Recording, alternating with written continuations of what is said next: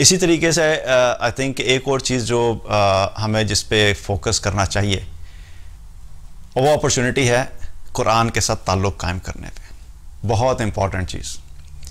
ہماری لائف میں کیا ہوتا ہے کہ نماز لوگ پھر بھی پڑھ لیتے ہیں، فرض نمازیں پھر بھی کسی نہ کسی طرح ٹوٹی پوٹی طریقے سے پڑھ لی 5، لیکن مسلمان ہو کے قرآن ہماری زندگیوں میں تھا ہی نہیں ابھی تک اگر دیکھا جائے تو.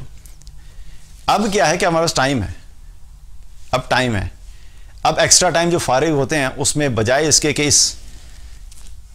اس بیماری کے اوپر بیٹھا جائے، spending whole time on the Facebook and WhatsApp and YouTube and the smart TV as well, she is pointing on the smart T V.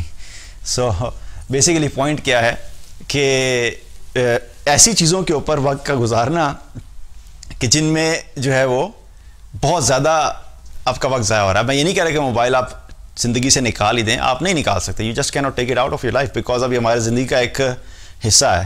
وہ تو مجھے وہ شکر ہے کہ میزلوز ہائرارکی جو ہے اس نے بنائی تھی آئی ڈونٹ نو 80s کے اندر. اگر آج میزلوز ہائرارکی بنائی تو اس کی ہائرارکی کے ٹاپ کے اوپر موبائل ہونا تھا.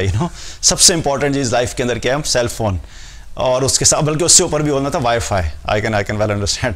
ٹھیک ہے، تو کیا ہے کہ ٹھیک ہے یہ ہماری ضرورت ہے، اس سے جو چیز آپ ضرورت کے تحت کرنی ہے اس کو یوز کریں، لیکن ایکسٹرا ٹائم کیا کرنا ہے؟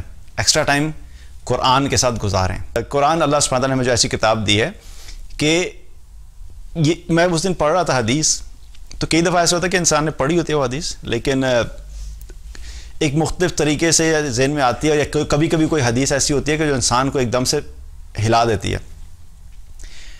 اس حدیث میں پہلے بھی ہم نے بہت دفعہ سنی ہے. اس حدیث کا مفہوم کیا ہے کہ نبی صلی اللہ علیہ وسلم نے فرمایا کہ قرآن قیامت والے دن یا تمہارے حق میں گواہی دے گا یا تمہارے خلاف گواہی دے گا. پھر ایک اور جگہ پہ کیا آتا ہے کہ یہ اپنے پڑھنے والے کے حق میں جھگڑے گا. اور پھر ایک اور جگہ پہ آتا ہے کہ جس نے اس کو اپنا رہبر بنایا ہوگا، یعنی قرآن کو اپنی زندگی میں امپورٹنس دی ہوگی، ویلیو دی ہوگی، اس کے مطابق اپنی زندگی گزاری ہوگی، تو یہ اس شخص کو جنت تک لے کر جائے گا، اور جس نے نہیں کی ہوگی اس کو وہ جہنم تک لے کر جائے گا. آپ سوچیں کہ کتنی خطرناک اور خوفناک لگتی ہے بندہ انسان ذرا پریکٹیکلی سوچے نا کہ جب قیامت والے دن مجھ سے سوال ہوگا کہ اچھا، اور قرآن کھڑا ہوا ہے ایک مدعی کے طور پہ کہ اللہ یہ جو شخص ہے اس نے میرا حق ادا نہیں کیا تھا. بندوں کے حقوق ادا کرنا وہ بھی ایک بہت بڑا مسئلہ ہے. ظاہر ہے جو حقوق ادا نہیں ہوئے وہ تو ہماری نیکیوں سے لے کے دوسروں کو دے دیے جائیں گے، لیکن قرآن جب اللہ کے سامنے کہے گا کہ اس شخص نے میرا حق ادا نہیں کیا تو کیا جسٹیفیکیشن دیں گے؟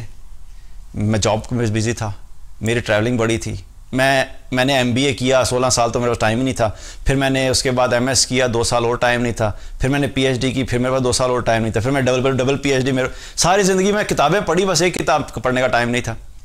تو کیا جسٹیفیکیشن؟ کوئی جسٹیفیکیشن نہیں ہوگی ہمارے پاس. اور یہ قرآن اکثر جب ہم بات کرتے ہیں نا کہ قرآن پڑھنا اور قرآن سیکھنا یہ کوئی ایسی چیز نہیں ہے کہ ایک آپشنل سی چیز ہے کہ اچھا چلو اچھی بات ہے بڑا اچھا ہوگا اگر تم قرآن پڑھ لو گے تو بہت نہیں.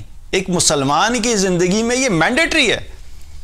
قرآن کو روزانہ پڑھنا، قرآن کی روزانہ تلاوت کرنا، قرآن کو روزانہ سمجھ کے پڑھنا، اور پھر اپنا ایک انالیسس کرتے رہنا کہ میں اس قرآن کے مطابق اپنی لائف گزار رہا ہوں کہ نہیں گزار رہا ہوں. یہ ہماری زندگی میں لازمی چیز ہے. اگر یہ نہیں ہے تو کیا ہے کہ قیامت کے دن پھر ایسے لوگ بڑے مشکل میں ہوں گے.